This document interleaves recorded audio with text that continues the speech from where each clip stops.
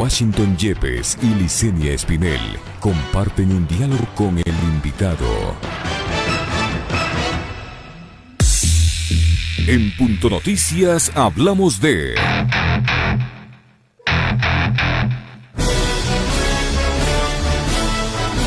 El viceministro de Salud, Javier Solórzano, en una entrevista televisiva, habló sobre la crisis sanitaria que vive el país por el incremento de contagios de COVID-19 y en este marco la posibilidad de que alrededor de 3.500 médicos públicos dejen de trabajar por la falta de pagos. Solórzano señaló que la caja fiscal se ha visto afectada. No solo vivimos una crisis sanitaria, también vivimos una crisis económica. La caja fiscal se ha visto afectada y debemos agradecer el esfuerzo que ha hecho el gobierno de Ecuador para buscar recursos y asignarnos a nosotros. El problema es que tenemos una caja fiscal con problemas de fondo, mencionó. Ante eso, el viceministro de Salud dijo que sí se ha pagado una gran parte a los médicos. Hay grupos que se han pagado hasta el 30 de junio. No es que no se ha pagado, probablemente no todos han recibido su salario, pero se ha pagado a un gran grupo, aseguró.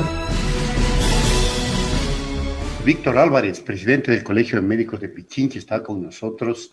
Como dijimos al inicio de este segmento de entrevistas, la situación es crítica de varios sectores sociales ecuatorianos, jueces, magistrados, maestros, médicos, personal de salud, están impagos. Esto podría provocar, inclusive por anuncios que se ha conocido, que haya renuncia masiva de médicos a hospitales públicos. Doctor Álvarez, ¿es así? Muy buenos días. Muy buenos días. Nosotros estamos preocupados. El problema de los salarios es una situación que nos afecta y mucho más a un sector que estamos dando todo de nuestro alcance, estamos exponiendo nuestra vida al estar trabajando en primera línea con equipos de protección, de protección personal que en algunos casos no son los adecuados, no tienen los niveles de exigencia, los parámetros técnicos adecuados, lo que ocasiona que para que nosotros tener seguridad tengamos que invertir desde nuestro propio bolsillo en la compra de equipos de protecciones adecuadas. Hemos sido muy francos y rechazamos todos aquellos actos que afecten el derecho de tener un sueldo adecuado, de tener un estipendio como lo son de los compañeros posgradistas. Imagínense los compañeros posgradistas que están en etapa de formación, ganadores de una beca, ellos tienen un estipendio que por situaciones administrativas los reciben cada 6 meses. La última vez que los recibieron fue el mes de octubre. Llevamos ya prácticamente 9 meses y no tienen ese estipendio. Imagínense cómo se puede sobrevivir alguien en ese sentido. Entonces, es muy peligrosa la situación, es muy crítica, que además de soportar el embate de la pandemia, el riesgo que nosotros estemos, a más de trabajar 12, a veces hasta 24 horas de turnos seguidos, nosotros no tengamos un respaldo económico para mantener a nuestros hogares e incluso para comprar un equipo de protección adecuado. Buenos días, les saluda Licenia. ¿Cómo entender entonces declaraciones del señor Solórzano, por ejemplo, en el sentido que le deberíamos agradecer al gobierno por los esfuerzos que ha hecho por pagar al menos a una parte? Dice, él reconoce que no se ha pagado a todos, pero el ministro de Finanzas asegura que tanto salud como seguridad están al día.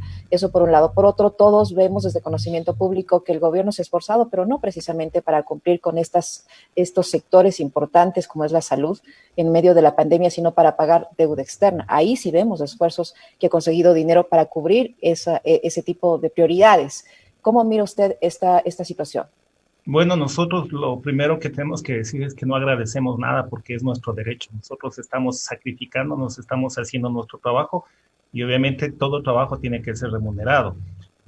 Bueno, en algunos sectores, no lo puedo decir que en todos, sí estamos recibiendo el salario, las fechas, los primeros días del mes, específicamente las unidades de atención del sector público, los médicos de primera línea, los médicos operativos, sí hemos tenido el pago de nuestros sueldos a tiempo. Nosotros no hablamos con situaciones fuera de la realidad, sí lo hemos tenido. Por ejemplo, el Hospital Eugenio Espejo, donde yo trabajo, no hemos tenido en el pago de nuestros saberes. Lo que se están demorando es el pago de aquellos compañeros que tienen, que cobran los fondos de reserva de manera mensual. Ese es el único inconveniente, pero estamos recibiendo.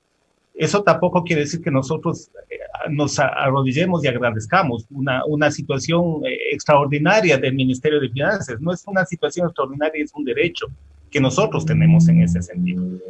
Tenemos quejas de otros compañeros de que no son, son médicos, pero no trabajan en el sistema operativo, que ahí hay problemas en sus sueldos. Pero le digo, el problema más grande son de nuestros compañeros posgradistas, y en eso sí somos muy tajantes. No, hasta la semana pasada, hasta el día de domingo, no tenían el pago de su estipendio.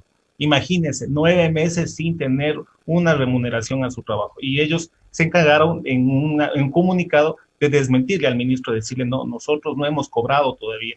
Ese es el problema que tenemos, esa es la situación, y como le digo, no vamos a agradecer porque no se agradecen los derechos. Los derechos son conquistas que hemos tenido y se los tiene que reconocer.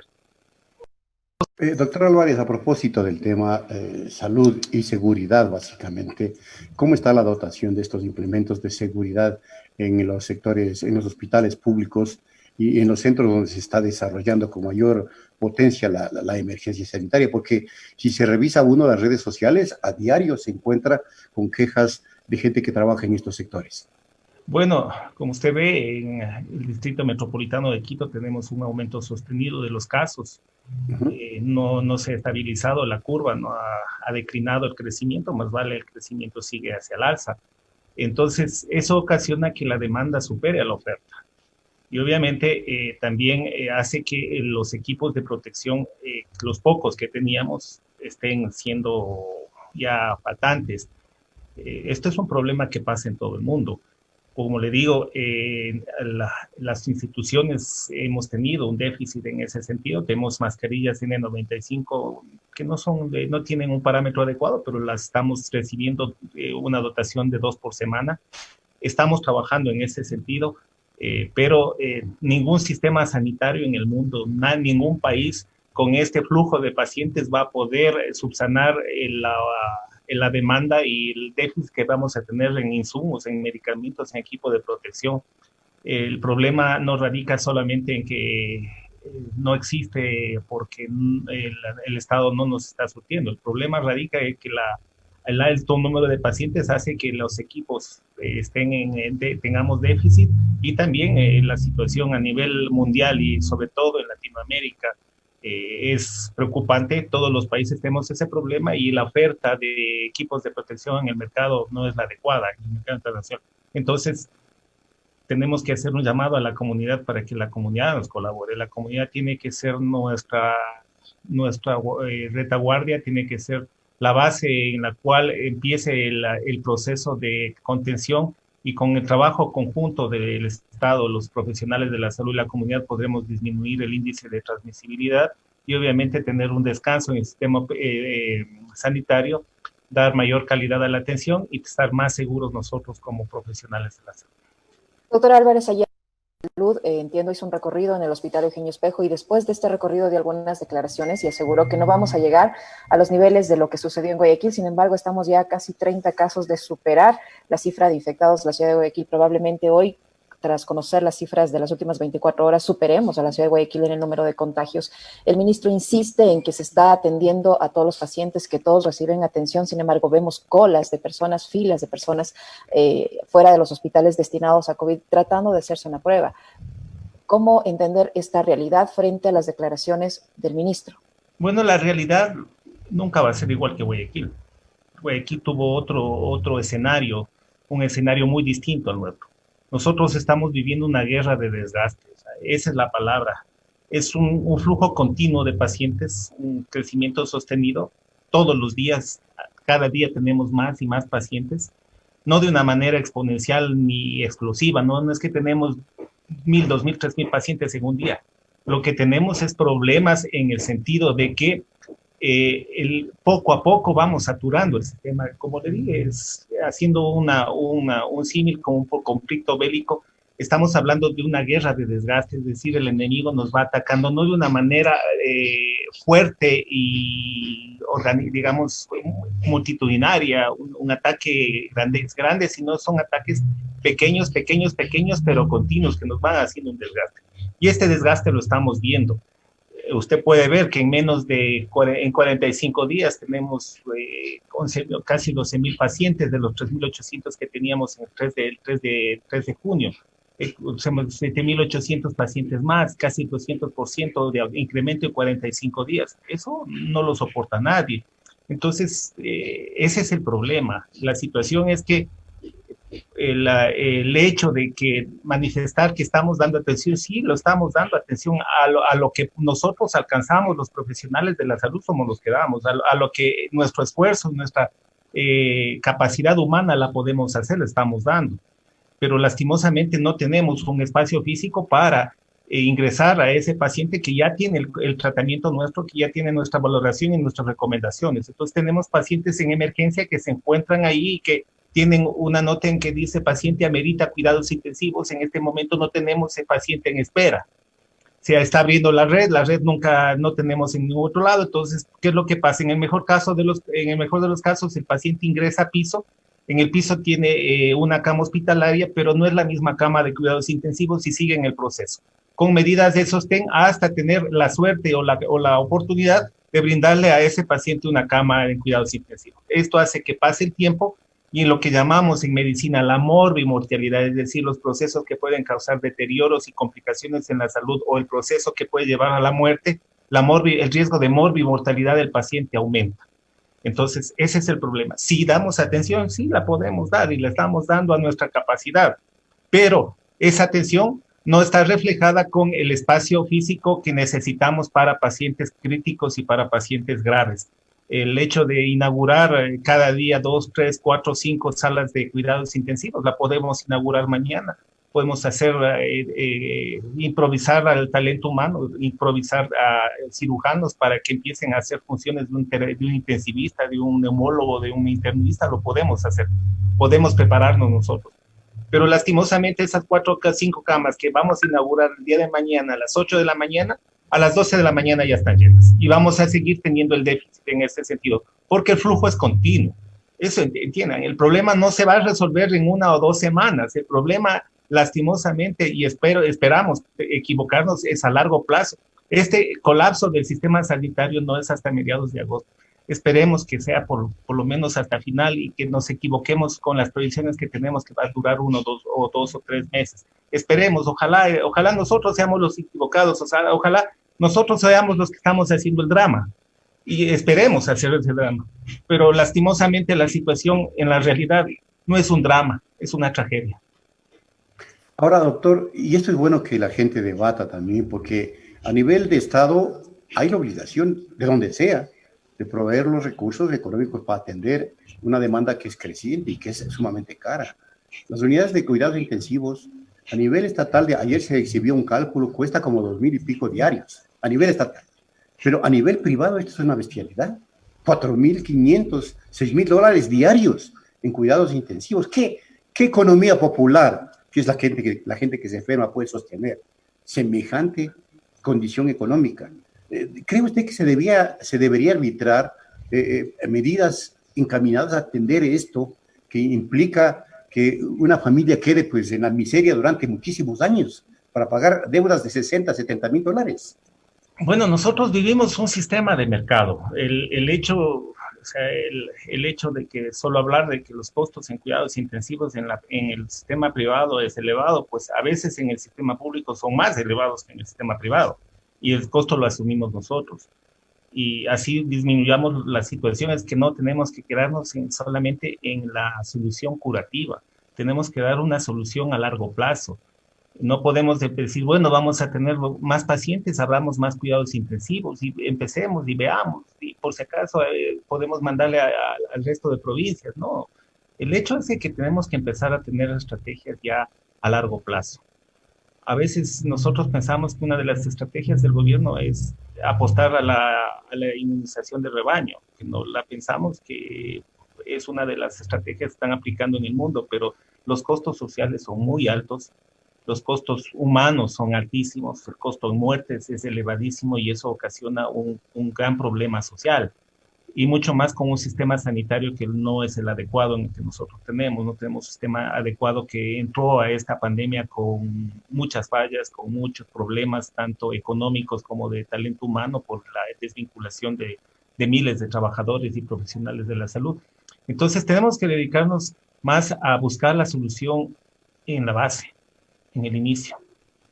Tenemos que cortar en la raíz y eso es en la promoción, en la comunidad.